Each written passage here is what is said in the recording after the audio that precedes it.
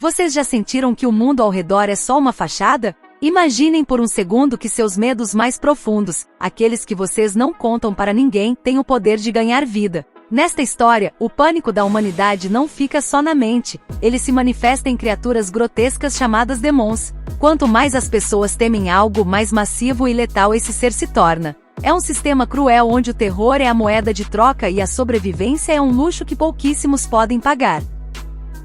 Bem-vindos a uma análise profunda de uma obra que não só veio para mudar a indústria da animação, mas para nos dar um tapa de realidade com um estilo visual que parece saído direto da telona do cinema. Desde os primeiros segundos, percebemos que não estamos diante do clássico relato de heróis brilhantes. O ambiente é pesado, sujo e cheio de uma melancolia que dá para sentir no ar.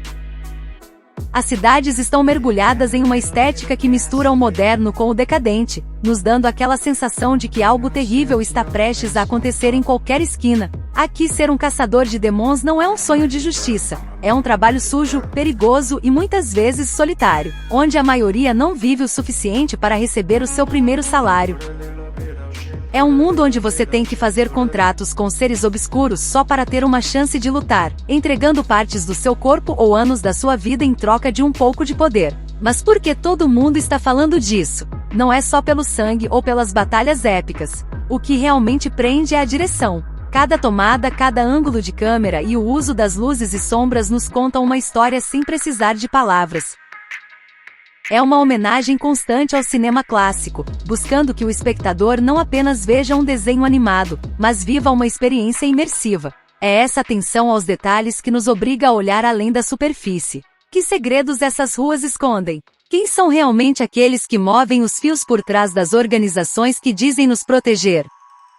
Neste vídeo, vamos esmiuçar cada canto desse universo. Não vamos ficar só no que se vê por cima. Vamos explorar a psicologia dos personagens, os simbolismos ocultos e por que essa narrativa parece tão fresca em uma época cheia de histórias repetitivas. Vamos viajar desde os becos mais humildes, onde um garoto luta por um pedaço de pão, até os escritórios mais elegantes, onde se decidem os destinos de nações inteiras. Preparem-se, porque o que estamos prestes a analisar não tem comparação.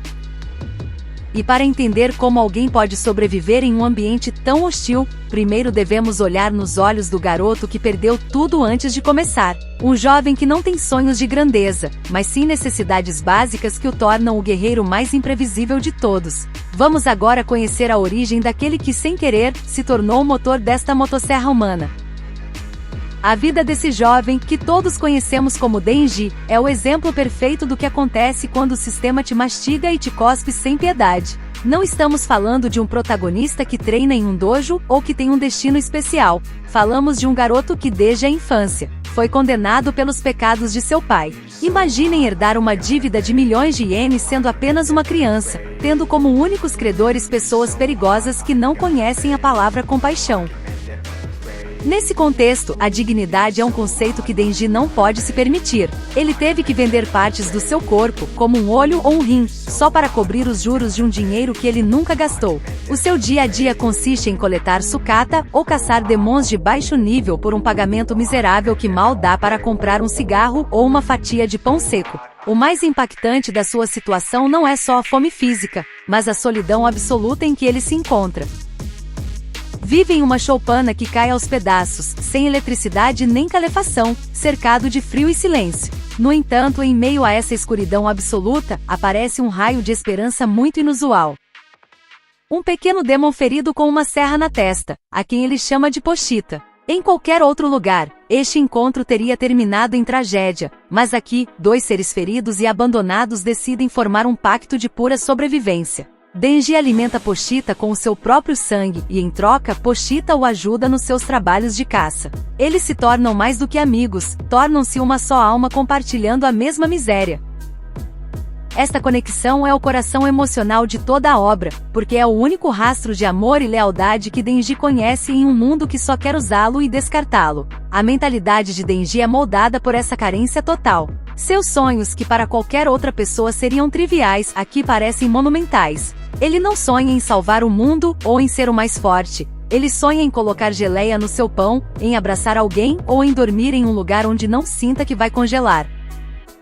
Esta simplicidade é o que o torna tão perigoso e ao mesmo tempo tão humano. Não tem filtros nem pretensões sociais porque nunca fez parte da sociedade. Luta com o desespero de um animal encurralado, usando seu corpo como uma ferramenta de sacrifício constante. Seu estilo de combate não segue nenhuma lógica marcial, é puro instinto, sangue e ruído de motor. Mas mesmo neste ciclo de sofrimento eterno, há um limite para o que um ser humano pode suportar.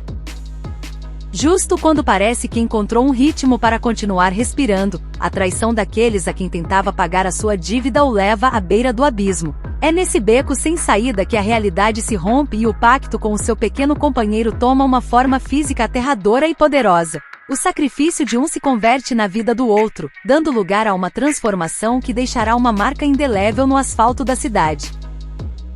O que nasce nesse momento não é apenas um híbrido entre homem e máquina, mas a resposta violenta de alguém que já não tem mais nada a perder. Esse momento de ruptura ocorre em um armazém abandonado, um lugar que se torna o cenário de uma traição final. Os mesmos homens para quem Denji trabalhou durante anos, aqueles a quem entregou a sua juventude e a sua saúde, decidem que ele já não tem valor. Em um ato de crueldade absoluta, o sacrificam a um demon superior com a esperança de obter mais poder. É aqui que vemos a fragilidade da vida do nosso protagonista. Ele é despedaçado e jogado no lixo como se fosse um desperdício sem importância.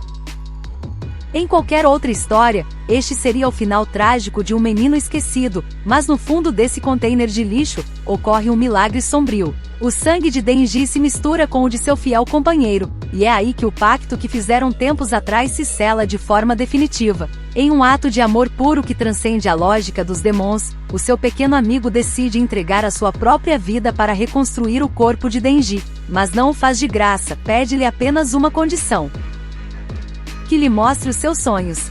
Esta troca de corações é o que dá origem a uma criatura que desafia todas as leis da natureza. Quando Denji puxa a corda que agora pende do seu peito, o ar se enche com o rugido ensurdecedor de um motor e a sua humanidade se funde com o metal. As serras brotam dos seus braços e da sua cabeça, transformando-o em uma tempestade de destruição que não conhece o medo. A batalha que se segue é uma explosão de violência visceral.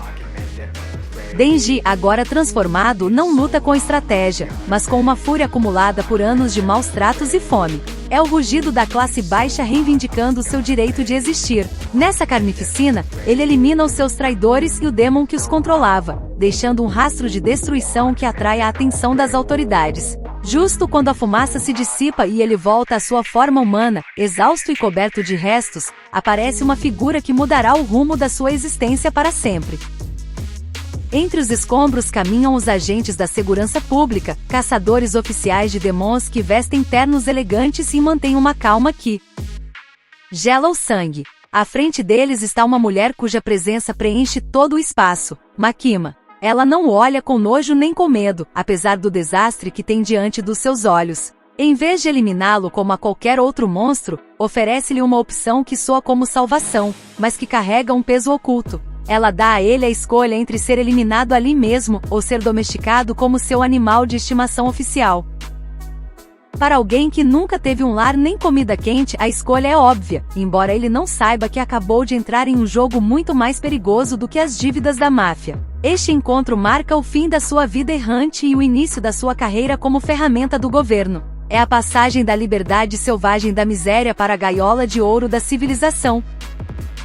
A partir daqui, Denji descobrirá que o mundo dos humanos pode ser muito mais retorcido do que o dos demons, e que cada favor recebido tem um preço que tarde ou cedo, ele terá que pagar com juros. Ao entrar nas instalações da segurança pública, Denji experimenta pela primeira vez o que é viver sob um sistema estruturado. Para ele, coisas tão simples como ter um uniforme limpo, um salário fixo e a promessa de comida 3 vezes ao dia são um sonho realizado. No entanto, logo ele percebe que não chegou a um paraíso, chegou a um lugar onde o perigo é constante e onde seus companheiros não o veem como um igual, mas como uma anomalia perigosa que deve ser vigiada de perto. É aqui que o ambiente da história dá uma guinada, misturando a tensão do trabalho de caçador com a estranha comédia de alguém que está aprendendo a viver em sociedade pela primeira vez. A pessoa encarregada de vigiar cada um dos seus passos é Aki Ayakawa, um caçador experiente que representa todo o oposto do nosso protagonista. Aki é disciplinado, sério e carrega um ódio profundo pelos demons devido a uma tragédia pessoal que marcou seu passado. Para alguém como ele, ver um garoto que leva o seu trabalho na brincadeira e que parece motivado apenas por desejos básicos é um insulto à sua profissão. O primeiro encontro entre ambos não é exatamente amigável, é um choque violento de ideologias. Aki tenta intimidar Denji para que ele desista, acreditando que alguém sem uma convicção forte morrerá rapidamente neste campo de batalha. Mas o que Aki não entende é que a vontade de Denji não nasce de um ideal heróico, mas de uma necessidade visceral de não voltar à miséria que deixou para trás. Este conflito inicial nos mostra uma faceta muito importante da narrativa, a diferença entre lutar por vingança e lutar para viver. Enquanto Aki consome a sua vida buscando justiça, Denji simplesmente quer desfrutar dos prazeres que o mundo lhe negou durante anos. Esta dinâmica cria uma tensão constante que se torna o motor das suas primeiras missões juntos. Mas eles dois não são os únicos nesta equação. Para complicar ainda mais as coisas, une-se a eles um terceiro elemento que termina por quebrar qualquer rastro de paz na rotina: Power. Power é uma possuída, um demon que tomou o corpo de uma humana, e a sua personalidade é um caos absoluto. Ela é arrogante, barulhenta e não tem o mínimo respeito pelas normas humanas. Se Denji era selvagem, Power é imprevisível. A interação entre estes três personagens é o que realmente dá alma a esta parte da história. Eles são obrigados a viver sob o mesmo teto, compartilhando um apartamento que logo se torna o cenário de discussões intermináveis, brigas por comida e uma bagunça total.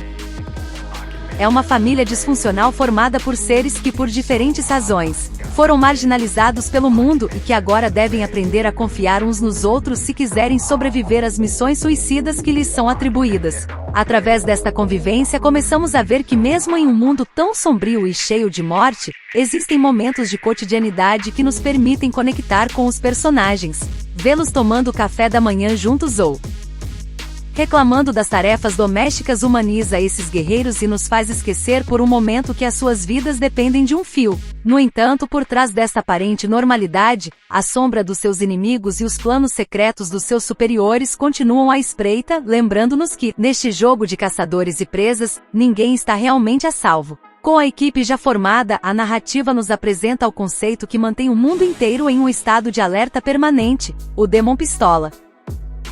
Se antes falávamos de criaturas que espreitam em becos, aqui estamos diante de uma força da natureza, um ser cuja existência mudou o curso da história humana em apenas alguns minutos. A lenda conta que este demon apareceu após um grande ataque terrorista, alimentando-se do medo massivo das armas de fogo. Em sua primeira manifestação, percorreu o globo assassinando milhões de pessoas em questão de segundos, deixando cidades inteiras em ruínas.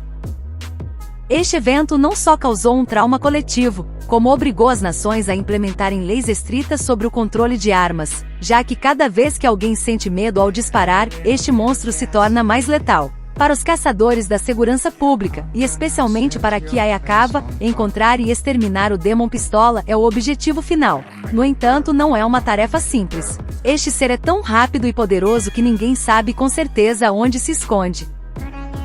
O único que eles têm são fragmentos do seu corpo, pequenas peças de metal que parecem balas e que se sentem atraídas entre si. Se os caçadores conseguirem reunir peças suficientes, elas agirão como uma bússola que os guiará diretamente para o núcleo do Demon.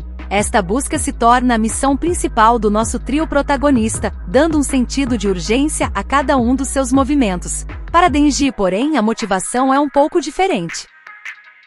Enquanto para Aki é uma questão de vingança pessoal pela sua família perdida, para Denji é uma promessa feita a Makima. Ela lhe assegurou que se ele conseguir derrotar o Demon Pistola, lhe concederá qualquer desejo que ele pedir. Esta manipulação emocional é brilhante, porque utiliza a carência de afeto de Denji como um combustível para lançá-lo nas batalhas mais perigosas.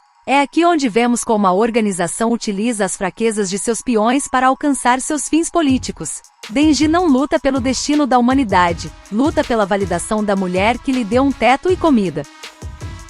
À medida que avançam na coleta destes fragmentos, as missões se tornam mais retorcidas. Os demons que eles enfrentam agora são mais inteligentes e cruéis, desenhados para jogar com a mente dos caçadores. Um exemplo disso é o encontro no hotel com o Demon Eternidade, onde o tempo e o espaço se dobram, prendendo os protagonistas em um ciclo infinito de desespero. É nestes momentos de confinamento que a verdadeira natureza de cada um vem à tona. Enquanto os caçadores experientes começam a perder a sanidade, a falta de bom senso de Denji e a arrogância de Power se tornam suas maiores vantagens. Este arco nos ensina que neste universo, a lógica normal não funciona. Para vencer um monstro, às vezes você tem que ser igual de irracional ou até mais louco que ele. A tensão cresce com cada bala coletada, e embora a equipe pareça estar ganhando terreno, o espectador começa a sentir que há algo que não se encaixa. As peças do quebra-cabeça estão se unindo, mas o preço que terão que pagar pela verdade pode ser muito mais alto do que qualquer um deles imagina. O rastro de pólvora está lá, e segui-lo só os levará mais fundo na boca do lobo. Em meio a toda a violência e o caos que rodeia os caçadores, existe uma figura que se mantém imperturbável, como se estivesse acima das leis humanas e divinas. Makima não é apenas a chefe da divisão especial. Ela é o sol em torno do qual orbita toda a vida de Denji e, possivelmente, o destino da organização inteira. O que a faz tão fascinante é o controle absoluto que exerce sobre seu entorno sem necessidade de levantar a voz ou mostrar uma gota de suor.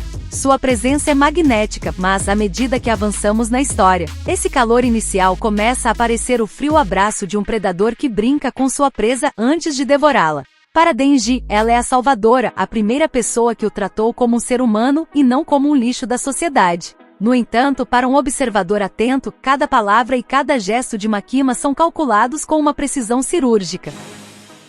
Ela sabe exatamente quais fios puxar para manter Denji motivado. Utiliza uma mistura de ternura maternal e promessas de afeto físico para transformar um garoto com o poder de uma motosserra em seu cão de guarda mais fiel. Esta relação de dependência é um dos pontos mais sombrios da narrativa, porque nos mostra como o poder pode ser muito mais efetivo quando se disfarça de gentileza. Em nível visual e auditivo, o design desta personagem é uma obra-prima da sutileza.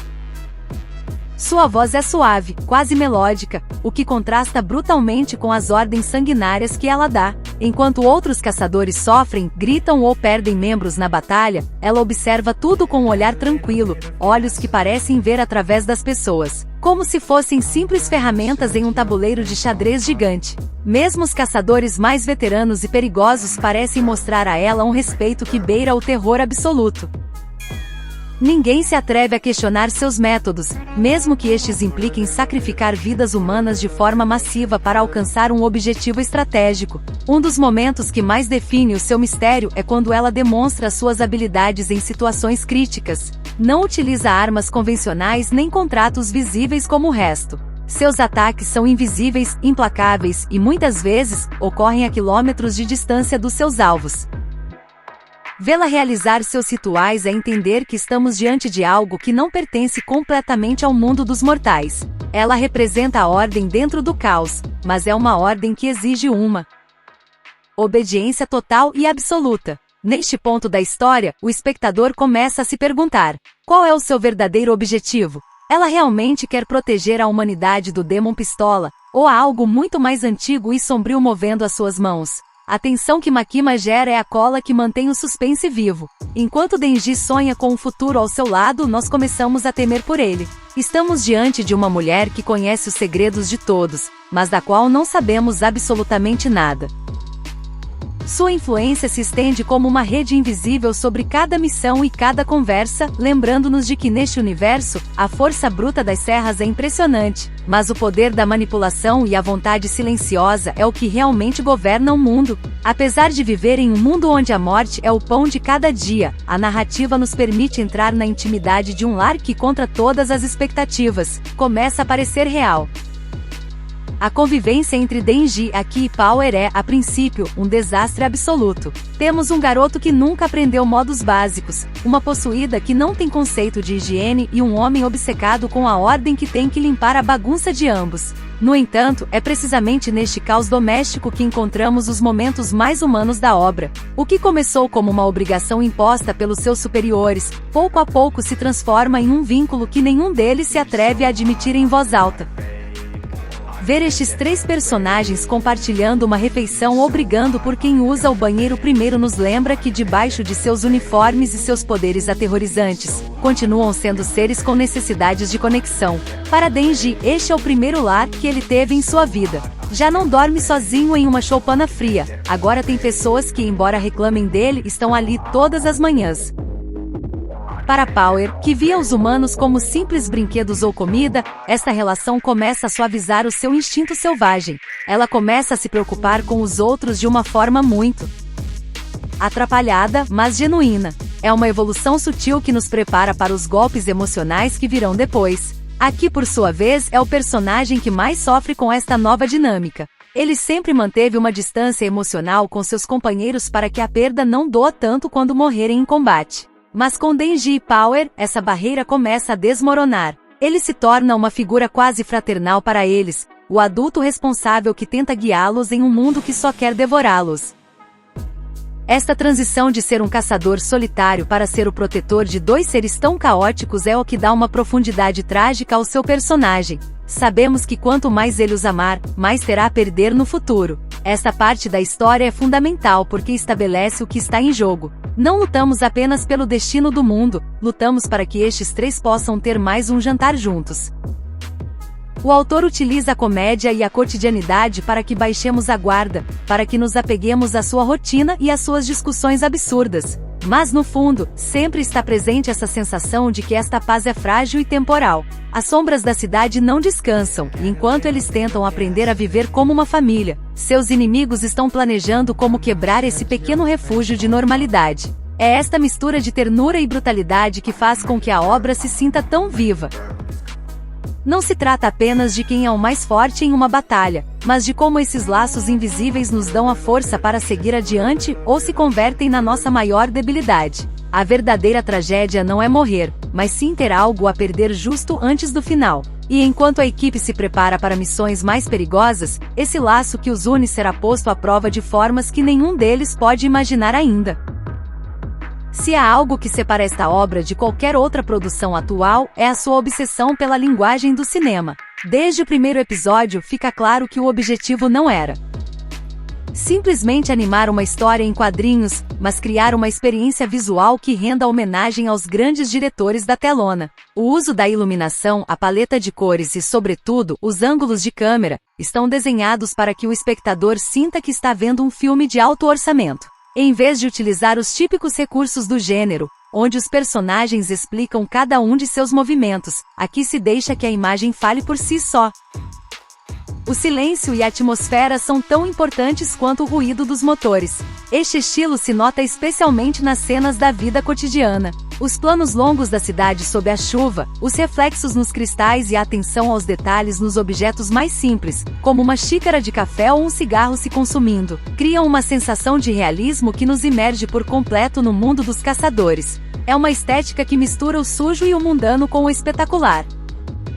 Não se tem medo de mostrar a feiura de um beco escuro ou a brutalidade de um combate, mas sempre com uma composição artística que parece um quadro. Isso ajuda para que o contraste entre a paz do apartamento de Aki e a carnificina nas ruas seja muito mais impactante. Além disso, o ritmo da animação é fundamental. Não se trata apenas de que as lutas sejam rápidas, mas de como se sente o peso de cada golpe.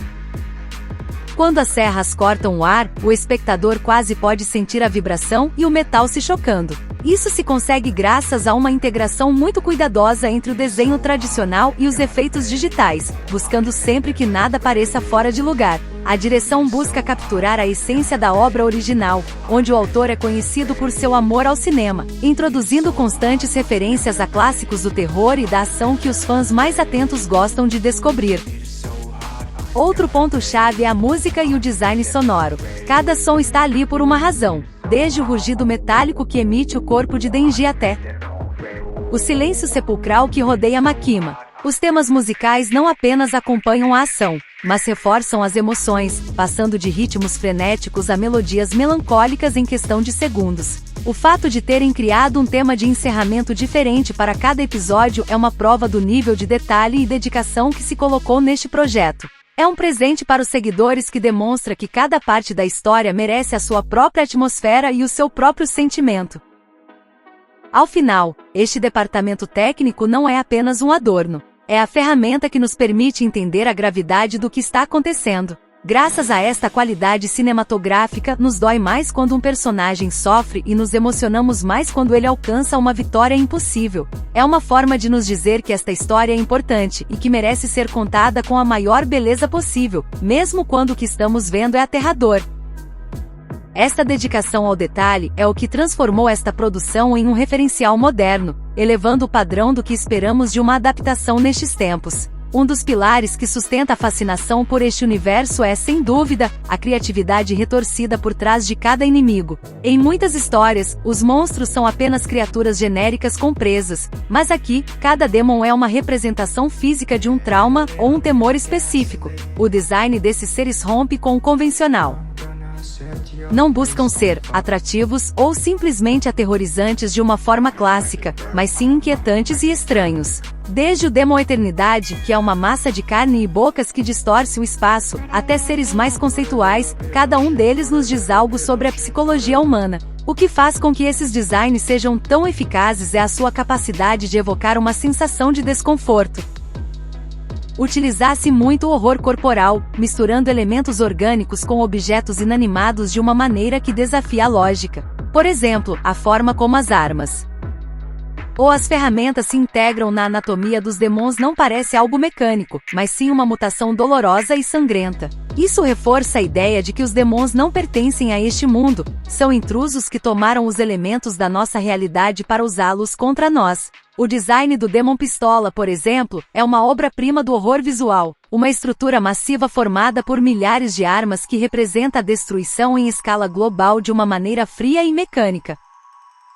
Além disso, a força de um demon está diretamente relacionada com o nome que ele carrega. Isso cria uma hierarquia fascinante onde os medos primordiais, aqueles que acompanharam a humanidade desde o início dos tempos, são os seres mais poderosos e intocáveis do universo. O medo da escuridão, da morte ou da dor física gera monstros que nem mesmo os caçadores mais experientes podem olhar nos olhos sem perder a sanidade. Esta regra dá um peso narrativo a cada encontro, já que o espectador pode intuir o quão perigoso é um inimigo simplesmente pelo que ele representa para a nossa própria realidade. O contraste entre estes seres e os protagonistas é brutal. Enquanto Denji e seus companheiros tentam manter um rastro de humanidade, os demons são a encarnação do caos puro. No entanto, o mais aterrador não é apenas a sua aparência, mas a sua inteligência.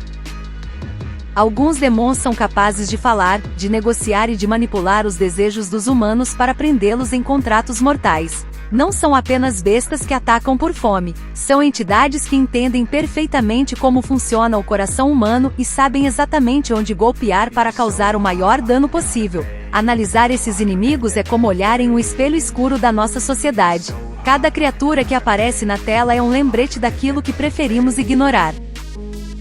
Por isso, as batalhas não parecem apenas lutas físicas, mas sim confrontos contra as nossas próprias inseguranças e traumas.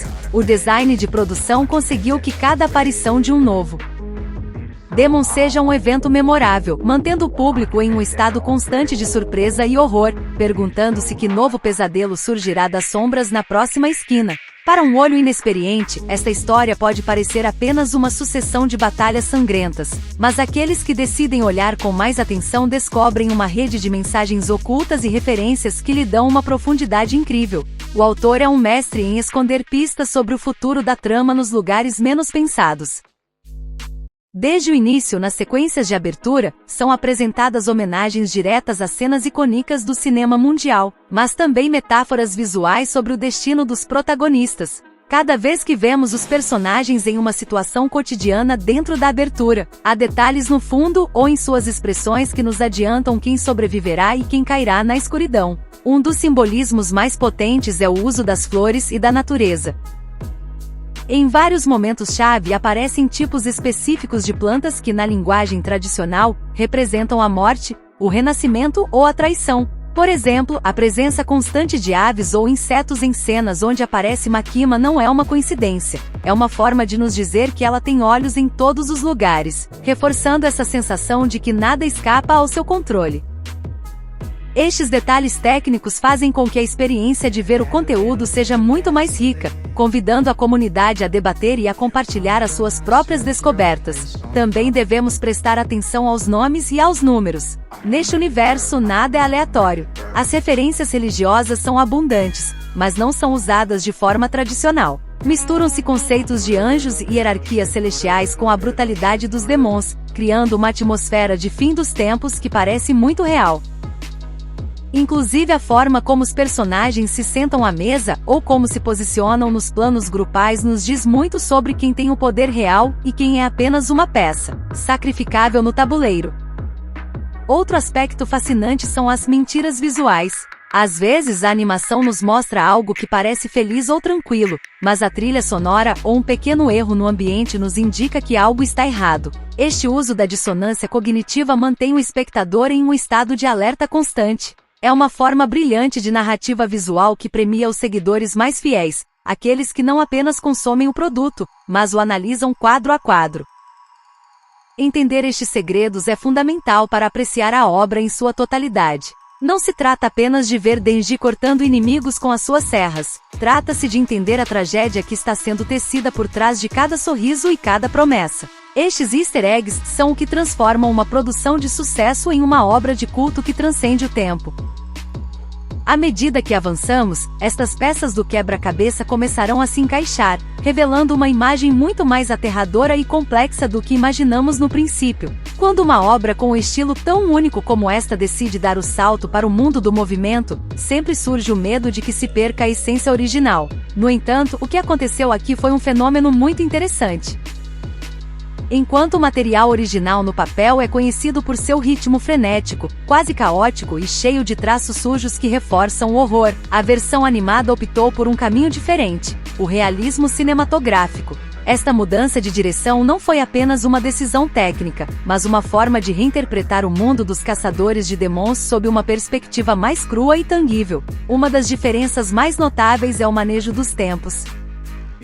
No papel, as cenas de ação passam em uma velocidade impressionante, obrigando o leitor a preencher os vazios com a sua imaginação. Na tela foram adicionados momentos de silêncio e cenas cotidianas que não estavam no material original. Vemos os personagens realizando tarefas simples, como preparar café ou olhar pela janela sob a chuva. Estes acréscimos, longe de serem enchimento, servem para que nos apeguemos mais ao trio protagonista. Ao dar a eles esse espaço para respirar, o impacto das tragédias que ocorrem depois é muito mais doloroso. Entendemos que são pessoas reais em um mundo quebrado, não apenas desenhos lutando. Outro aspecto fundamental é o nível de detalhe nas expressões. Na versão visual foi colocado um ênfase incrível no linguagem não verbal.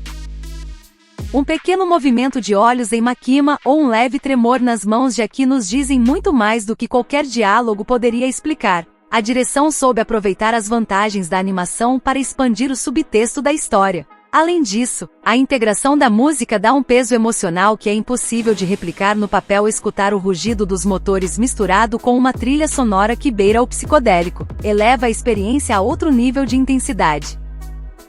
No entanto, há quem prefira a crueza do material original.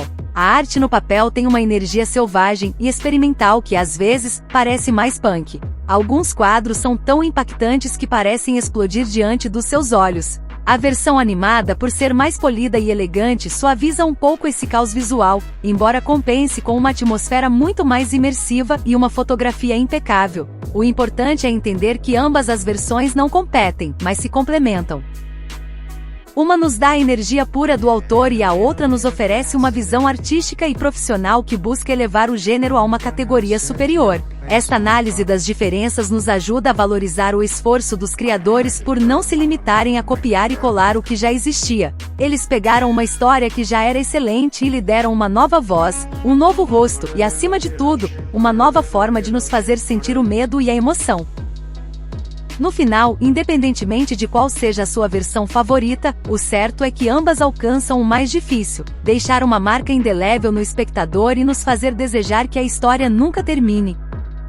Um dos maiores marcos desta produção foi a decisão sem precedentes de criar uma sequência de encerramento diferente para cada um dos 12 episódios. Normalmente as séries utilizam uma só música durante meses, mas aqui, os criadores decidiram que cada capítulo merecia a sua própria assinatura sonora e visual. Isso não foi apenas um gasto de orçamento, mas uma estratégia brilhante para capturar o estado emocional do espectador logo após a tela ficar preta. Dependendo de o episódio ter terminado com uma batalha épica, uma tragédia dilacerante ou um momento de comédia absurda, a música e a arte do encerramento se adaptam perfeitamente para processar o que acabamos de ver. Esta variedade musical funciona como um catálogo da cena moderna, misturando gêneros que vão desde o rock mais agressivo e o metal até o pop eletrônico e melodias melancólicas. Cada artista envolvido trouxe a sua própria visão do universo dos caçadores, fazendo com que o encerramento não seja algo que você queira pular, mas uma parte integrante da experiência. Ao mudar a arte visual em cada entrega, os fãs foram premiados com referências diretas ao que acabará de acontecer, reforçando a conexão com a trama. É uma forma de dizer que cada fragmento da vida de Denji e seus companheiros é único e tem o seu próprio ritmo. Além disso, a música de fundo durante os episódios segue a mesma lógica de qualidade cinematográfica. Não se limita a acompanhar a ação, ela se torna mais um personagem. O uso de sons industriais, ruídos de motores e ritmos experimentais nos submerge em uma atmosfera de tensão constante. O silêncio também é utilizado de forma magistral, deixando que o som do vento ou dos passos em um corredor vazio gere mais terror do que qualquer grito. Esta atenção ao detalhe auditivo eleva o padrão da indústria, demonstrando que o som é 50% da história. O impacto desta decisão foi massivo nas redes sociais e nas plataformas de música. A cada semana a comunidade esperava com ansiedade não apenas o episódio, mas descobrir quem seria o artista encarregado do encerramento e qual estilo visual seria utilizado. Isso manteve o interesse vivo durante toda a exibição, transformando cada estreia em um evento cultural completo. Foi uma celebração da criatividade que nos lembrou que esta obra não tem medo de quebrar as regras tradicionais para oferecer algo verdadeiramente fresco e arriscado. No final, este caos musical é o reflexo perfeito da personalidade da obra.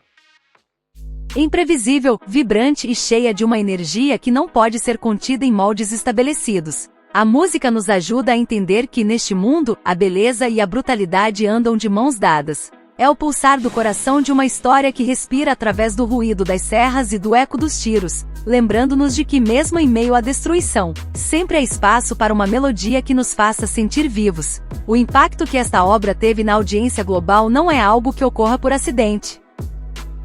Estamos diante de um fenômeno que chegou no momento justo para questionar as bases do que esperávamos de uma história de ação e fantasia. Durante décadas, nos acostumamos com protagonistas que queriam salvar o mundo ou alcançar uma meta nobre e elevada. Mas de repente aparece um garoto que só quer comer pão com geleia e ter um lar. Esta mudança de foco do heróico para o puramente humano e básico é o que permitiu que milhões de pessoas se sintam identificadas.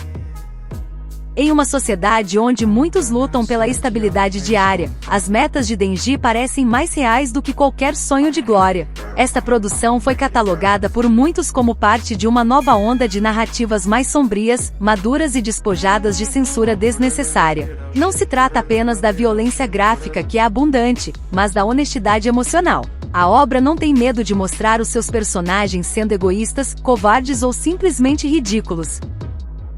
Esta vulnerabilidade é o que os torna imortais na memória do público. Já não buscamos heróis perfeitos em pedestais, buscamos seres quebrados que tentam encontrar um pouco de felicidade em meio a um sistema que parece desenhado para esmagá-los. Em nível de indústria, o sucesso deste projeto obrigou outros estúdios e criadores a elevar o seu nível de exigência. Demonstrou que o público massivo está faminto por histórias que se atrevam a experimentar com a direção cinematográfica, com a música variada e com tramas que não sigam um caminho previsível. A influência deste estilo começa a ser vista em novas produções que buscam capturar essa mesma atmosfera de realismo sujo e beleza técnica. Tornou-se o padrão de ouro para as adaptações modernas, marcando um antes e um depois em como se deve tratar os materiais originais que têm uma personalidade tão marcada. Além disso, o fenômeno transcendeu a tela para se tornar um ícone da moda e da arte urbana. Os designs dos personagens, com seus ternos elegantes misturados com elementos de horror, são vistos em todas as partes, desde ilustrações de fãs até colaborações com marcas de roupas. Isso acontece porque a estética da obra é atemporal, não depende de uma moda passageira, mas de um estilo sólido que presta homenagem ao cinema clássico enquanto olha para o futuro. É uma mistura do antigo e do novo que parece fresca cada vez que a voltamos a ver. Ao analisar o seu lugar na história, fica claro que não estamos apenas diante de um sucesso comercial temporário. Estamos diante de uma peça que definiu uma época e que deu voz a uma geração que valoriza a autenticidade acima da perfeição. Quebrou as barreiras entre o que se considera entretenimento leve e a arte visual profunda, demonstrando que se pode ser extremamente popular sem sacrificar a complexidade narrativa nem o risco artístico. É o triunfo da visão de um autor que não teve medo de ser diferente, e de uma equipe de produção que entendeu que, para fazer algo eterno, primeiro é preciso se atrever a quebrar as regras. À medida que nos aproximamos do fechamento desta análise, é impossível não olhar para frente e nos perguntarmos o que vem a seguir para Denji e seus companheiros. O universo que exploramos é apenas a ponta do iceberg, e o horizonte está cheio de novas ameaças que colocarão à prova tudo o que aprendemos. Um dos elementos mais intrigantes é a aparição de figuras que, tal como o nosso protagonista, possuem habilidades que desafiam a lógica dos simples humanos ou demons. Estes novos jogadores no tabuleiro não apenas trazem mais ação, mas expandem a mitologia da obra para terrenos internacionais, mostrando-nos que a luta contra os medos é um conflito global que envolve as maiores potências do mundo. Entre esses novos personagens, há uma que capturou a imaginação de todos os seguidores, uma jovem chamada Reze. Sua entrada na história promete ser um ponto de inflexão total. Diferente de outros inimigos que atacam com força bruta, os novos antagonistas utilizam a infiltração, o carisma e os sentimentos para desestabilizar os caçadores. Isso nos leva a um terreno muito mais perigoso, o da guerra psicológica. Denji, que ainda está aprendendo a navegar por suas próprias emoções e desejos, se encontrará em situações onde não saberá distinguir entre um aliado genuíno e uma armadilha mortal desenhada especificamente para quebrar o seu coração. Este futuro desenvolvimento da trama nos sugere que o tema central da obra evoluirá. Já não se tratará apenas de sobreviver à fome ou aos ataques de monstros de rua, mas de sobreviver às conspirações daqueles que veem em Denji uma ferramenta de guerra definitiva. A escala dos conflitos aumentará, levando-nos a cenários onde a moralidade se torna ainda mais cinzenta. Quem é realmente o vilão em um mundo onde todos estão dispostos a sacrificar tudo por uma pitada de controle? A introdução desses novos fios narrativos é o que mantém a chama acesa, garantindo que a história nunca pareça estática ou repetitiva. Além disso, o mistério sobre tempestades. O que hoje parece um pequeno detalhe em uma conversa casual, amanhã poderá ser o estupim de uma tragédia épica. Por isso, o convite para o espectador é claro: não baixem a guarda. O caminho que o nosso garoto da motosserra tem pela frente é muito mais sombrio e complicado do que a sua mente simples pode imaginar. Mas é precisamente esse caminho que nos manterá grudados na tela, esperando descobrir se, ao final do dia, ainda restará algo de humanidade entre tanto aço e sangue.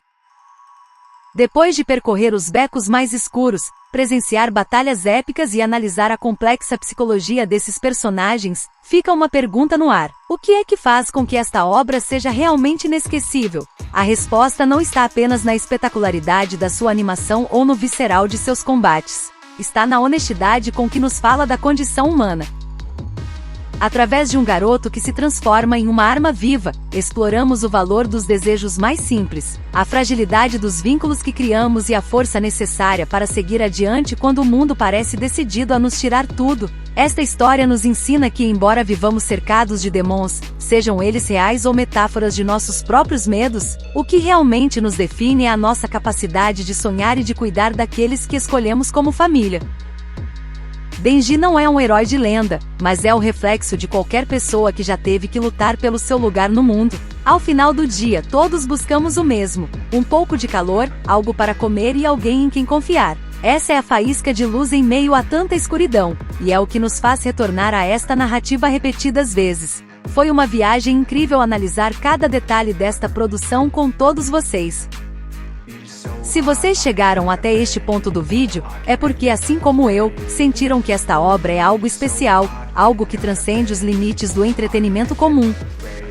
Espero que esta análise tenha servido para vocês verem a história sob uma nova perspectiva e para apreciarem ainda mais o trabalho artístico e narrativo que existe por trás de cada quadro e cada diálogo.